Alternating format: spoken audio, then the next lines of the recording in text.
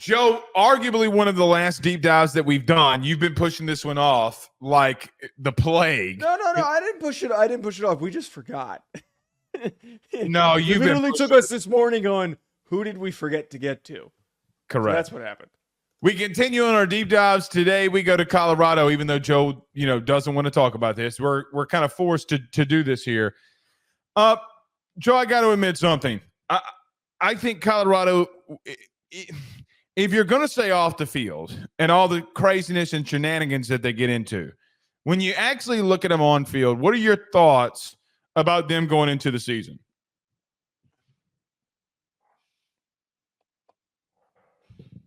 The most level-headed way to put this. I thought you were muted there for a second. No. I'm trying to collect my thoughts here. Okay. Actually, let's take this a step backward.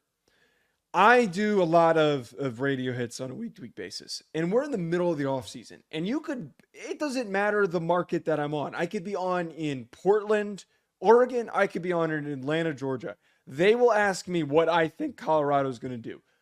I will go on a host show 2 weeks apart, and they will ask me the same question. How do I think Colorado is going to do this year? And what I tell them every single time is that it is really frustrating, the annoying spectrum of reaction to predictions on how this team is going to be. Because the Colorado Deion Sanders fans think that this is a 10-2 football team who will win the Big 12 and go on to the college football playoff. And if you say otherwise, you're a piece of shit. Then there's the other side, which are the massive Deion haters, which those people suck as well because they're just being dicks. Those people say that they're going to go 0-12 because they think that it's a clown show. That is just unreasonable.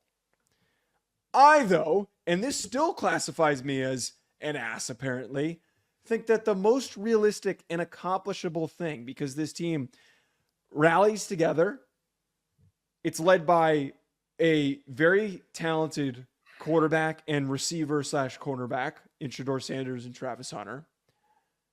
And they did a pretty effective job in the transfer portal of trying to at least build depth and fix the positions that were huge glaring weaknesses last year. With all of that in mind, you can go ahead and you can win 7 games or 8 games. And that is an unbelievable accomplishment. That would be a huge accomplishment. I am buying in to them to do something that very few coaches in the history of college football could accomplish without how shit this team was when he took it over. I'm buying into that. So I just want to reiterate here before anyone gets mad at me for saying that they're not a national championship favorite, that if he goes 8-4, if Deion Sanders goes 8-4 or 7-5, and they go to the famous Toastery Bowl, it's a really good season. That's all I got. I hate that you took the road less traveled, or because you. It's the only way. It is the only way to explain it. I have given that answer 100 goddamn times. That's why I'm sick of talking about it, Blake. That's why I'm sick of talking about it. Go ahead. Sorry. Joe, they have a massive problem on their football team. A massive one. Elaborate. They don't run the football. No. Well, okay. Say your point, and I have a counter for you. Okay. For this. Last year, Deion Sanders had more rushing attempts than anybody in the country. I understand that he got sacked a lot. However, your leading rusher in attempts has no business in leading your team in rushing at negative 77 yards. Now, you'll say, well, Blake, he doesn't lead. Clearly, the guy with the most yards. Not when you go by the statistics. When you go by the statistics, the people that have the most attempts are the people that was your feature run game, right? Joe, I mean, they don't run the football. It feels as if that you're in a situation when you look at them statistically, when you look at them on the field, if there's a critical 3rd and 1, and I get last year their O-line sucked. I know that they're good enough to get you a yard because they blocked for Shedeur. Okay, like they were bad at times. They weren't the worst. You don't even run it on 3rd and 1 to get a yard, and then you go for it on 4th and 1. You don't punt. It feels as if at times that Deion specifically wants to just air it out the entire game to get Shador looks. Joe, he had 400 plus passing attempts and got injured. Okay, see, I don't agree with that. I understand what you're saying, but I don't agree with that. They had to throw the ball constantly. And you know what? As a Giants fan who dealt with Pat Shurmur, who was the offensive coordinator, I know that the guy is not a good play caller. And he used to do this all the time, where things weren't working and he freaking panicked. And it was an over calculation of how to try and get a team back in the game. So I don't completely agree with that. I don't disagree that Deion Sanders doesn't prioritize trying to set up his son and Travis Hunter to, be the premier players on this team and not to trust other guys more. But I think a lot of it blame Hayden involved. Donnell Hayden transferred there. Yeah. They're going to have to try to run the football. But the issue with that you have now, Joe, you have a transfer at left guard. You have a true freshman at left tackle, which the kid might be ultra talented. He's still a true freshman. There's not a lot of 5-star tackles in the Big 12, though. That's my only. Fair. How am I the one who's defending Colorado right now? I don't know, but let's not act like freshmen don't make mistakes. Sure. Okay, come on. You're gonna have to run the football. Let me pitch you on something here. Okay, you're going to talk about how the receivers are ridiculous, and so okay. Isaiah Ogostave, who transferred in from Arkansas. I'm telling you, after we get off of the show, please go watch his high school highlights. He was the next coming. This kid is so freaking fun to watch run the football, and it was very quiet. He was a very highly recruited kid. He was going to be the next guy to replace Raheem Sanders, and we know what's going on with that coaching staff at Arkansas, so he left. This kid runs so goddamn hard, and he's a big kid too. He runs pissed off, and he's a really good freaking athlete. I'm telling you, go watch this kid run. I don't think, but I think that they're no. I'm not missing the point. I'm just saying that they did this with every position where they went and tried to bring new guys in, and I think a kid like that is going to help their run game immensely. If he runs for 800 yards, watch. He will. But you're missing my point. I didn't say that I didn't think that they weren't going to try to run the football more this year. Okay. Okay. But at the same token, I think Deion is there for different reasons. Just my opinion. However, okay, Joe, wide receiver though, we talk about them throwing the football enough. You have one of the best quarterbacks in the country. You got Travis Hunter at wide receiver, Jonte Weaver, who had 908 yards, 4 touchdowns last year. You got Jimmy Horn returning. I think the biggest sleeper at wide receiver they went in the portal last year was Vandy's Will Shepherd, who is now there. Joe, Amarion Miller might be their 5th wide receiver. And I got to tell you something. Hot take. They might have the best receiver core in the country. One of the more deeper ones. Not more than Ohio State. Not more than Ohio State. And you're not going to like this. Or I don't Oregon. think more than Oregon too is better. Yeah, Oregon too. Or Miami. Okay. Or you're not going to like better. It's definitely better than LSU's. No, it's you just said it. You just said that Colorado might have the best receiving room. I was making that point to point out how crazy that was. Okay. If Amarion Miller is their 5th best wide receiver, yeah. Okay. I think it's the best in the Big 12. Oh, that's not a hot take. That's a medium take. That's a medium rare take. Yeah. I mean, Will Shepherd might be their 4th guy, Joe. I mean, again. So I look at them and say, offensively, they're going to be able to throw the football. Can they protect? Can they run the football more? Joe, offensively, they're going to be all right. They're going to be more than all right. Yeah. That's they're going to improve their secondary. The secondary is about to get cooked again. Here's the thing. It has nothing to do with them offensively. If I'm going to be nitpicky about them, I think that they'll score a lot of points. The problem I have with them is I don't know if they're going to be good on defense in the secondary. You can't get worse. If I'm being honest, though, you were dead last in the country in passing yards allowed. You were dead last in total defense last year. You sucked. And that's just the truth. You sucked on defense.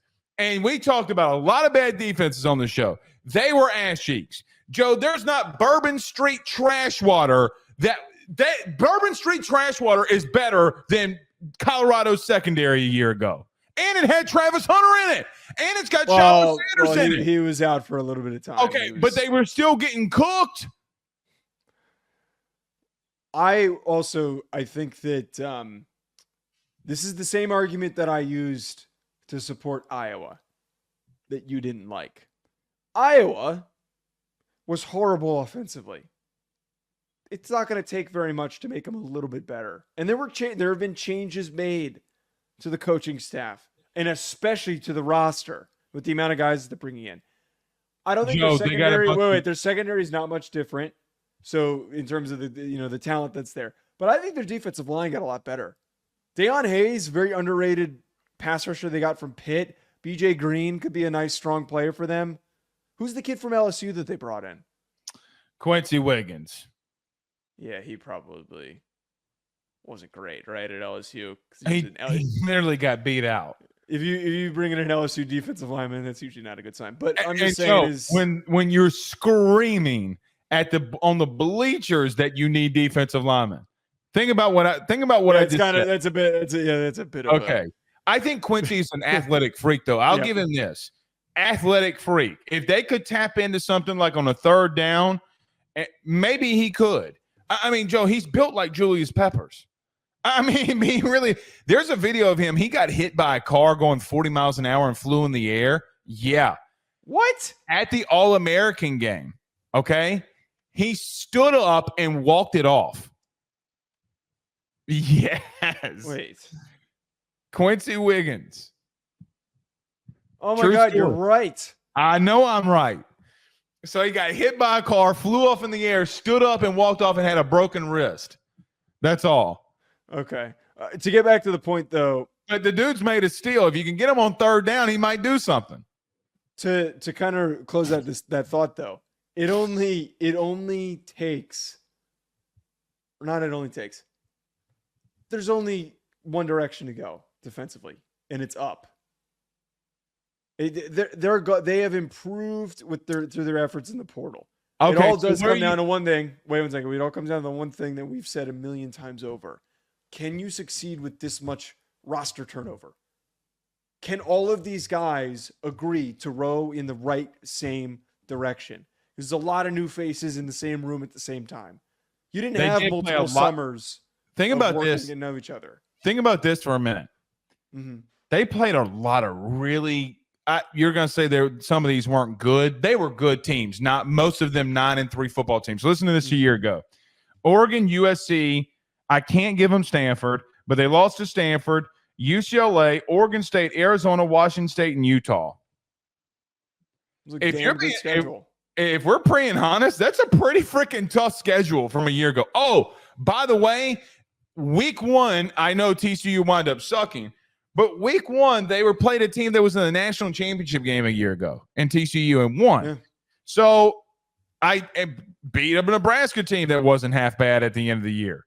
So, again, look, could they be better in the Big 12? Yeah. Do I think that they're bowling, actually? Yeah, I actually do. I think that they're going to get to a bowl game. Joe, I'm going to need to see your defense get better. I mean, Joe, if they get – That's a fair criticism. That's a totally If they get 30 spots better, they're still in the top 100, brother. They're still a top 100 defense if they took a significant step of 30 spots. That is insane. Joe, there might not be, if they got in the mid-50s somehow, there would never be a bigger jump from one defense to another in a year ever than something like that. And that's what I'm talking about. Even if they had an average defense, it would be the biggest leap of all time. So now I'm trying to convince myself that they're going to get to double-digit wins to some of these people's points. Well, that's why I'm not entertaining that thought. We're never going to. Let me ask you this: if they go to a bowl game, is Deion Sanders and Shedeur Sanders there? Well, Shedeur Sanders declares for the draft. Okay, he's going to the NFL. Shiloh declares for the draft. Travis Hunter declares. I think Shiloh's out of eligibility because he's older. Travis Hunter, I would be stunned if he stuck around. I feel like he's probably going to declare. Okay, so is Deion there? I don't know. It's a great question. Right. I wonder. Somebody pitched that if Lincoln, I forget who it was, that if Lincoln Riley is out at USC, that USC should hire Deion Sanders. That I forget who it was. God, no. That would be a terrible mix because you'd be USC fans don't need Deion Sanders. I can't stand USC fans. Joe, you got to get somebody more established. This video is sponsored by the online fitness training camp presented by Chris Gates Fitness. When I first started talking about Chris, about partnering with our show, not only was I excited to have a fitness sponsor for our pod, but more importantly, when I found out about how he can help people achieve their goals, I was even more bought in, because when the football season starts, it is so tough to stay on top of things and also to be able to enjoy yourself on Saturdays when it's game day. With Chris Gates Fitness's online training camp, you're going to be able to effectively stay focused, consistent, burn fat, build muscle, and do it with a like-minded community of individuals working towards the same thing. On top of this, you're going to be able to get direct coaching from Chris and the ability to ask him questions with an access to a live Q&A where you can get direct personalized support from Chris himself. Don't wait any longer. If you're trying to get in shape during this fall and you want to be able to do it with the right support system, head on over to chrisgatesfitness.com/training camp or click the link in the description.